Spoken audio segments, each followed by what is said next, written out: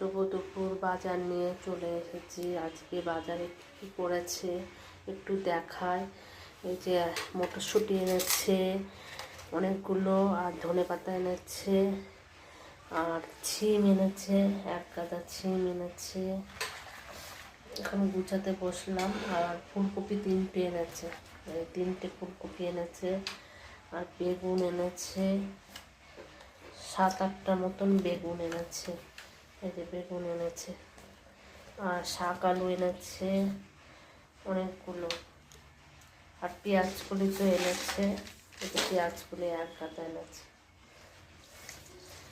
আর তার সাথে এনেছে কাঁচকলা 2টো এনেছে, একটা ভাতে দিয়েছি।